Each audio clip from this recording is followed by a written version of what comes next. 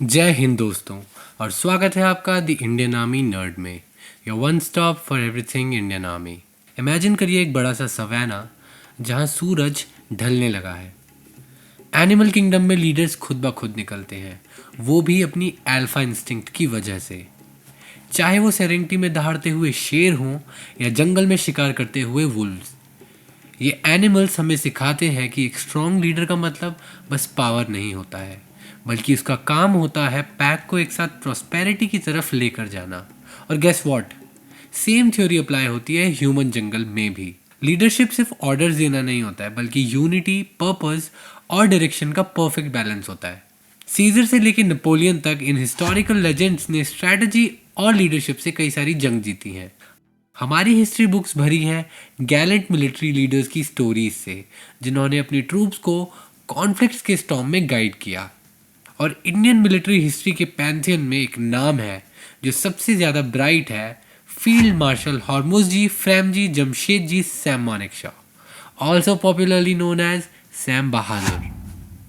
Now, most of us know Sam Bahadur from his contribution to the 1971 Indo-Pak War, लेकिन कई सारी ऐसी बातें हैं जो शायद आप नहीं जानते होंगे। सैम मानेकशॉ का जन्म हुआ था 1914 में अमृतसर, पंजाब में। He belong to a wealthy Parsi family. उनके फादर एक डॉक्टर थे और interestingly enough Sam was also going to become a doctor. उनकी जिद थी कि उनके फादर उन्हें लंदन भेजे मेडिसिन पढ़ने के लिए, लेकिन at that time already Sam के दो एल्डर ब्रदर्स की स्टडी को वो सपोर्ट कर रहे थे, तो उन्होंने सैम की जिद को मानने से मना कर दिया। और उसी साल 1931 में सेटअप हुई इंडियन मिलिट्री कॉलेज कमेटी ने एक नोटिफिकेशन जारी किया, जहां 18 से 20 साल की एंट्री एज के साथ 3 साल का मिलिट्री कोर्स प्रपोज किया गया था। तो as an act of defiance Sam ने ये एग्जाम दिया and he got selected standing 6th in the order of merit. Sam was selected as a part of the first batch of cadets of IMA, जिसका नाम pioneers था। इसी batch ने Smith Dun and Mohammad Musa Khan को भी produce किया, who were the future commanders in chief of Burma and Pakistan. Sam was the first of many things from his days of IMA. He became the first graduate of IMA to join a Gurkha regiment and the first to attain the rank of Field Marshal.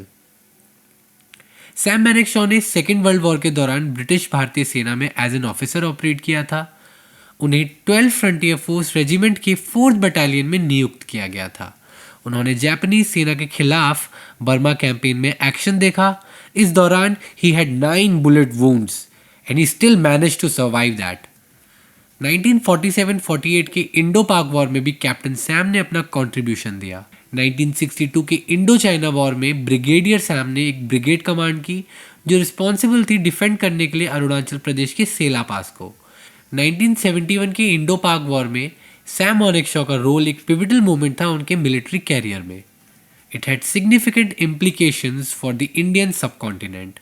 उनकी strategic brilliance, leadership and interactions with the political figures, including Prime Minister Indira Gandhi, played a crucial role in shaping the outcome of the conflict and its aftermath. उनकी strategic brilliance और leadership को समझने के लिए 1971 war का background जान लेना बहुत ज़्यादा ज़रूरी है।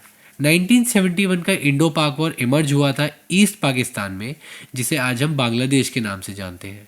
यहाँ पे लॉन्ग स्टैंडिंग पॉलिटिकल और एथनिक टेंशन्स की वजह से पाकिस्तानी मिलिट्री ने हमला किया बंगाली नेशनलिस्ट पे, जिससे एक रिफ्यूजी क्राइसिस अनफोल्ड हुआ with millions seeking shelter in neighbouring India. Situation escalate हुई तो India prepared for military intervention to support the Bangladeshi cause. इस टाइम पे Sam Manekshaw was the chief of army staff. उनके ऊपर रिस्पॉन्सिबिलिटी थी कि इंडिया की मिलिट्री स्ट्रैटेजी को प्लान करे। ऑफेंसिव के टाइमिंग को लेकर चीफ मानेकशॉ और प्रधानमंत्री इंदिरा गांधी के बीच में डिफरेंस ऑफ ओपिनियन था। Indira Gandhi was concerned about the international communities reaction and वो नहीं चाहती थी कि इंडिया एज एन अग्रेसर देखा जाए। However, Manekshaw's military judgment prevailed and the offensive was delayed जब तक इंडिया एडिक्वेटली प्रिपेयर्ड नहीं था। चीफ मानेकशॉ ने यह डिसाइड किया कि ऑफेंसिव को डिले किया जाए until winter in the eastern theatre. इसकी वजह से इंडिया को टाइम मिला to build up its forces, train its troops and plan more effectively. उन्होंने दोनों वेस्टर्न और ईस्टर्न एंड्स पर मल्टीपल अटैक्स लॉन्च करे, जिसने दुश्मन को डिस्ट्रैक्ट किया। इस स्ट्रेटेजिक मैन्यूवर की पाकिस्तान को उम्मीद नहीं थी, as they expected the main thrust from the waste.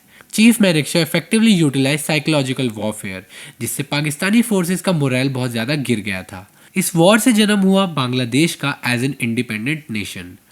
Around 93,000 Pakistani troops ने सरेंडर किया इंडियन फोर्सेस के सामने ढाका में on December 16, 1971. This led to the eventual victory of India and the Mukti Bahini, who were the Bangladeshi freedom fighters. 1973 में अपनी distinctive services के लिए Sam Manekshaw को इंडिया के पहले फील्ड मार्शल के रूप में सम्मानित किया गया। Sam Bahadur will forever be a legend and उनकी ग्रेटनेस को एक वीडियो में इनकैप्सुलेट करना पॉसिबल नहीं है। अपकमिंग मंथ्स में उनकी लाइफ के ऊपर बेस्ड मूवी भी आ रही है which goes by the name of Sam Bahadur, starring Vicky Kaushal. तो मैं तो काफ़ी ज़्यादा एक्साइटेड हूँ इस मूवी को लेकर। कमेंट बॉक्स में ज़रूर बताएं कि आपकी इस मूवी से क्या एक्सपेक्टेशंस है। आज की वीडियो में बस इतना ही। जल्द मुलाकात होगी नेक्स्ट वीडियो में।